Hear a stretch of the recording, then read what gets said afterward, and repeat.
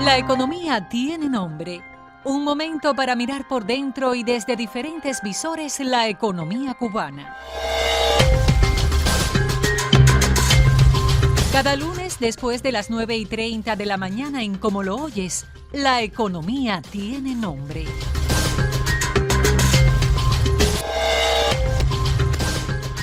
Buenos días, estamos aquí como cada lunes en La Economía Tiene Nombre y hoy el título tiene que ver mucho con lo que se está debatiendo en Cuba desde finales del pasado año y que nosotros acá propiamente en el espacio también lo hemos abordado en estas emisiones iniciales. Tengo aquí a mi lado a nuestro anfitrión de la casa, Fran Rafael Quesada Espinosa, experto en economía y quien va a despejar una inquietud generada en este contexto y que nosotros ya adelantamos en el programa de hoy. ¿Hasta dónde está preparada la economía cubana para asimilar, como ya lo está haciendo en la práctica, la dolarización de la economía? Parcial, vamos a ponerle el nombre que lleva. Dolarización parcial. Entonces, buenos días, Fran. Y ya estamos en debate. Para usted está... Buenos días. Vamos a despejar primero esa incógnita y después la desarrollamos. ¿Está preparada la economía cubana para asimilar esa dolarización parcial que de hecho ya está haciendo? ¿Sí o no? Sí. Pensemos en que no es una opción más para escoger. Es una opción que es prácticamente una de las pocas que tenemos.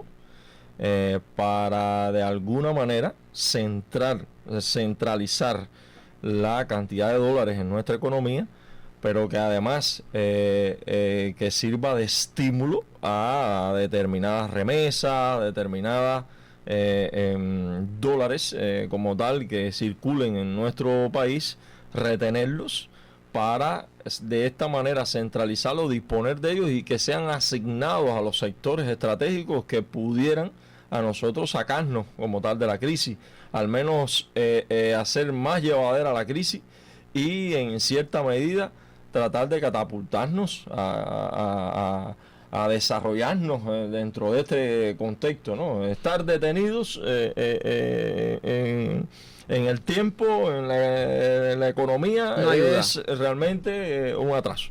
Ya. Ahora, ¿qué sectores estratégicos serían estos que, además de los que ya están, podrían tener una mayor, insuflarle un mayor desarrollo a partir de esta dolarización parcial?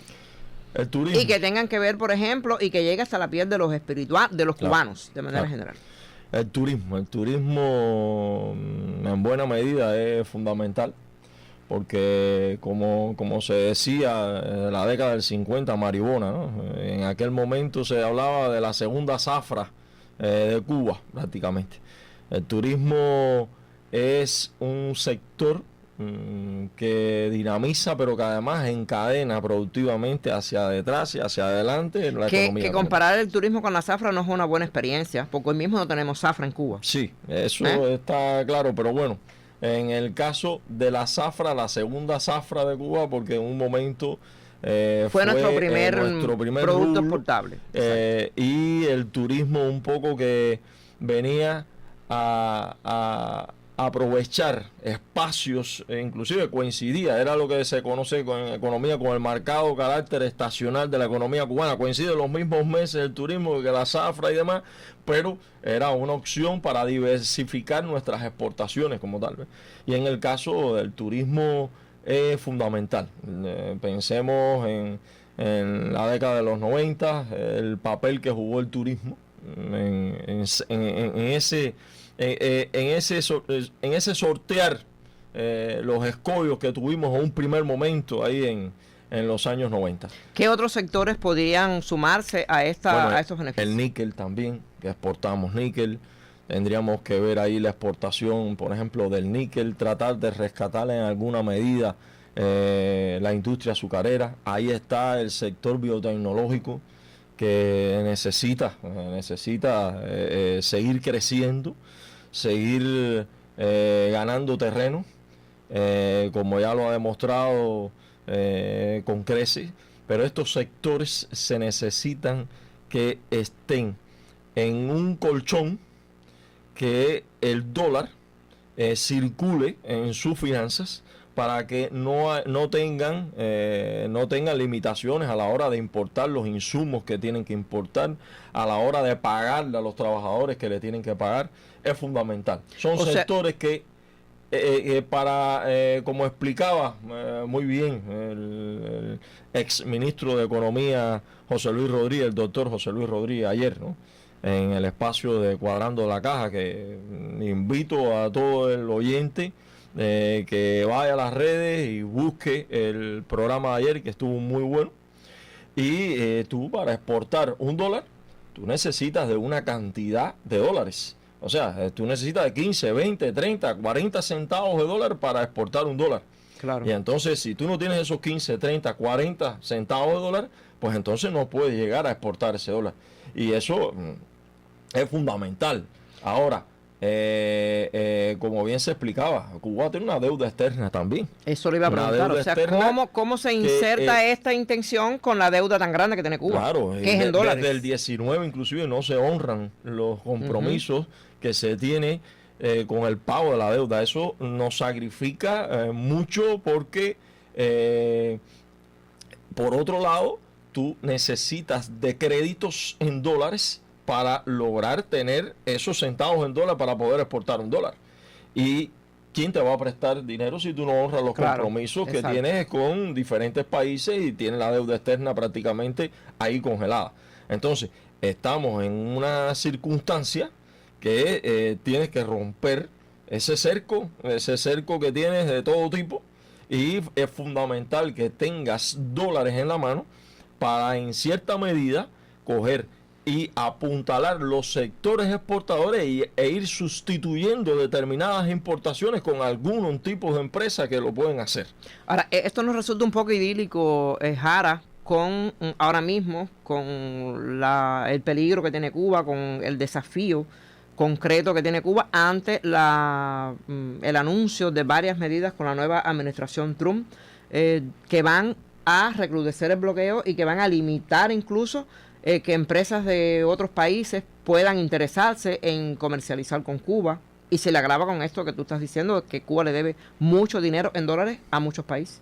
Sí, eso, a ver, es fundamental. Al equipo que tenía anteriormente, con las 240 medidas de Trump, se le suma ahora Marco Rubio, que se va a encargar constantemente de recordar que esté Cuba, aunque tengan problemas más preocupantes en el gobierno estadounidense. Y es fundamental. Eso es una variable que siempre hemos tenido ahí constante.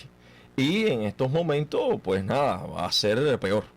Recuerden inclusive que el título 3, presidente por presidente, cada 6 meses lo ha detenido. Hubo en un momento determinado con el anterior gobierno de Trump, que sí lo habilitó y es complicadísimo. Y ese título 13 está hablando de echarlo a andar nuevamente. Exactamente. Y esto hace que muchas empresas que ahora mismo empiecen a demandar, empresas cubanas que tienen ahora mismo, que están situadas en fábricas que anteriormente fueron de propietarios norteamericanos y demás. O sea, esto va a tener consecuencias. Ahora ese es el escenario dado y el escenario que hay que sortear. O sea, y usted dijo desde el principio que no es una opción, es una obligación. Es, ¿no?, prácticamente es la única encima opción. De la mesa no teníamos una cartera de opciones. Ya. ¿Entiendes? No teníamos una cartera de opciones para nosotros elegir la mejor de las opciones. Realmente nos quedan pocas opciones encima de la mesa y una de ellas es esta, que además pensemos en circunstancias mucho más complicada que la que tenemos ahora. No estábamos acostumbrados a andar solos por el mundo. Y en el 90, por primera vez en la historia de Cuba, Cuba se quedó sola. Y se quedó sin su principal socio comercial. Se le cayeron el 80% de las exportaciones, 75% de las importaciones. No sabía cómo andar sola. Y de repente se quedó sola. Ahora tenemos la experiencia de ir librando batallas solo. Ahora, por el otro lado, no teníamos CADECA, ahora tenemos CADECA. Bueno, ya se ha logrado surfear con un escenario con múltiples régimen cambiario y con dualidad monetaria. Ahora, vamos a parar ahí. para dejarle una pregunta, como siempre hacemos, sobre la mesa, ya que llegamos al punto en que el dólar pues crea escozor en la piel de los cubanos, porque el dólar ha circulado en Cuba, circula incluso a nivel estatal, a nivel informal, sobre todo en las redes. Se comercializan muchas cosas con dólar, pero necesariamente, o sea, los cubanos hoy no tienen el dólar. El cubano común no dispone de dólar porque no le pagan en dólares. ¿Cómo entonces entender? O sea, quizás hasta ahí va la pregunta, ¿cómo socializar? ¿Cómo hacer que ese dólar yo entienda como cubano que me va a beneficiar a la larga? Como trabajador incluso de esas empresas que usted habla, ¿cómo el dólar puede tocar la piel de los cubanos para que lo entendamos? Porque la economía yo entiendo que sí le hace falta, pero ¿y a la sociedad cubana? ¿Hasta dónde la economía cubana está preparada para esta dolarización parcial de la que estamos hablando y de la que finalmente Cuba se abrió a hablar? Porque realmente es un proceso que ha estado hermético para el cubano común y quizás por eso lo hemos visto un poco raro. Sobre todo mucho más cuando se abrió una tienda en dólares en La Habana, ya de eso hemos hablado acá. Pero entonces la pregunta que le dejaba sobre la mesa, ¿cómo hacer que los cubanos entendamos que esa dolarización parcial al final me va también a beneficiar a mí como ciudadano? Porque hasta ahora, en todo el proceso que hemos tenido, en las esferas donde ya está circulando ese dólar, no se ha sentido ese impacto socialmente, y también el dólar sigue subiendo. O por lo menos no se ha movido más de ahí, de ese medio flotante de los 3.40. Todos de alguna manera hemos sufrido y hemos vivido, o sea, en la actualidad, la escasez de dólares del Estado cubano. Sí. O sea, es algo crónico que ha sido muy complicado en los últimos años. Crónico. Ahora, cuando vamos a un hospital y no hay un guante, o cuando no hay un bisturí, o cuando no hay determinado equipo porque su rotura, la pieza de repuesto no está. O cuando vamos a la tienda y no hay el producto de la canasta familiar. Producto de la canasta. Cuando, en definitiva, todo eso es escasez de dólares. Sí. Ahora, sí genera diferencias porque unos lo tendrán y otros no lo tendrán. Bien, ser bueno es fácil, lo difícil es ser justo. Sí. O sea, podemos ser buenos con un sector, con un segmento de la población y con otro, y no quizás sea justo, pero bueno, hay que analizar en el contexto en donde se está. Todas estas carencias, entre otras cosas, están dadas por la falta de dólares que tiene precisamente el Estado cubano. Pensemos ahora mismo en que hace 5 años atrás, 4 o 5 años, Venezuela tenía una inflación de más del 100.000%. Es una inflación casi que nunca antes vista, de 6 dígitos, una barbaridad. En la actualidad, súper galopante podría ser. Súper galopante, una inflación astronómica. Llegaron inclusive a dolarizar su economía, y la economía, cuando la dolarizaron, llegó al punto de un 70% de todas las transacciones se hacían con dólar. Ayer lo explicó el doctor José Luis Rodríguez, y cómo en la actualidad ese 70% ha pasado a ser un 31, un 32%, y el tipo de cambio es de 40 y tantos bolívares, $1. O sea, pero eso es en Venezuela. Hábleme de Cuba. En el caso cubano, que no es el mismo contexto. Tenemos que, en el caso cubano, tenemos una experiencia del ayer reciente, como aquel que dice, porque el salario de un cubano era aproximadamente de 300 pesos. En una economía donde prácticamente el tipo de cambio fue de 180, casi 200 pesos por $1. Estamos hablando de que las personas ganaban $1 de salario prácticamente. Y que eso se revirtió, llegó un momento en que el dólar estuvo a 18 pesos, pero sí se hace de la manera adecuada. Inclusive tenemos gurú vivo de ese proceso, que ahí está a la cabeza, estuvo a la cabeza José Luis Rodríguez en el Ministerio de Economía, que está en plenitud de condiciones, además un estudioso de todo el modelo eurosoviético de socialismo de país a país, pero además un académico. Una academia y una autoridad. Y es perfectamente posible. ¿Que va a generar diferencias? Sí. Que esos sectores que sean priorizados, que pueden sacarnos a nosotros de la crisis, sus trabajadores deben cobrar también en dólares. O sea, no, porque si no se va ese personal, cuando se te va un científico del 6GB a trabajar en otra cosa. En una Perdiste MIPYME. 40 años de inversión. Sí. Que eso sopesa a todo el mundo. Es trabajo pretérito de todos nosotros que terminó formando a un científico que después se puso a vender chicharritas en un punto de venta. Ya. ¿Por qué? Porque le iba mejor y tenía que enfrentar la crisis y echar para adelante a su familia. Y no podía hacerlo desde un centro de investigación. Esa persona tiene que cobrar porque es uno de los sectores que van a ser de los sectores que nos pueden sacar a nosotros de la crisis. Es algo que ha sucedido en la economía cubana. Todo proceso inflacionario deriva siempre, de alguna manera, en una dolarización reconocida o no reconocida, pero termina en una dolarización. Esto lo hemos explicado anteriormente. Cuando tienes un proceso inflacionario, pierdes la confianza en la moneda nacional, te empiezas a refugiar en otras monedas y ahí ya está apareciendo un proceso de dolarización informal. Cuando lo reconoces desde el Estado, ¿por qué? Porque se te está depreciando la moneda, no es lo mismo que se te devalúa que se te deprecie. Cuando lo reconoces, ahí hay un proceso de dolarización parcial, que es el que estamos viviendo en la actualidad.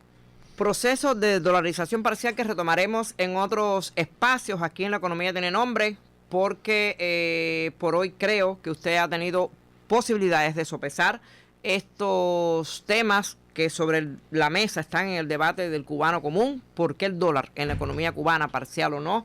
¿Por qué el Estado asumiendo el dólar? Porque de hecho, hemos dicho en otros espacios, los cubanos compramos y vendemos en dólares hace mucho rato, de manera informal, pero no con la intervención del Estado. Y la próxima semana, pues estaremos retomando el tema de evaluar finalmente el proceso de ordenamiento, ¿no? ¿Se acuerda que tenemos ese tema pendiente? El ordenamiento de hace 4 años, ¿qué nos ha dejado? ¿Qué nos dejó? Nos trastocó, nos dislocó las monedas y hoy estamos en este proceso también abocados a buscar el dólar para poder salvarnos en la economía cubana. Sobre eso vamos a estar hablando la próxima semana y aquí ya está hecha la invitación con nuestro anfitrión de cada semana, Fran Rafael Quesada Espinosa. Usted lo espero el próximo lunes a esta propia hora para seguir poniéndole nombre a nuestra economía. Muchas gracias.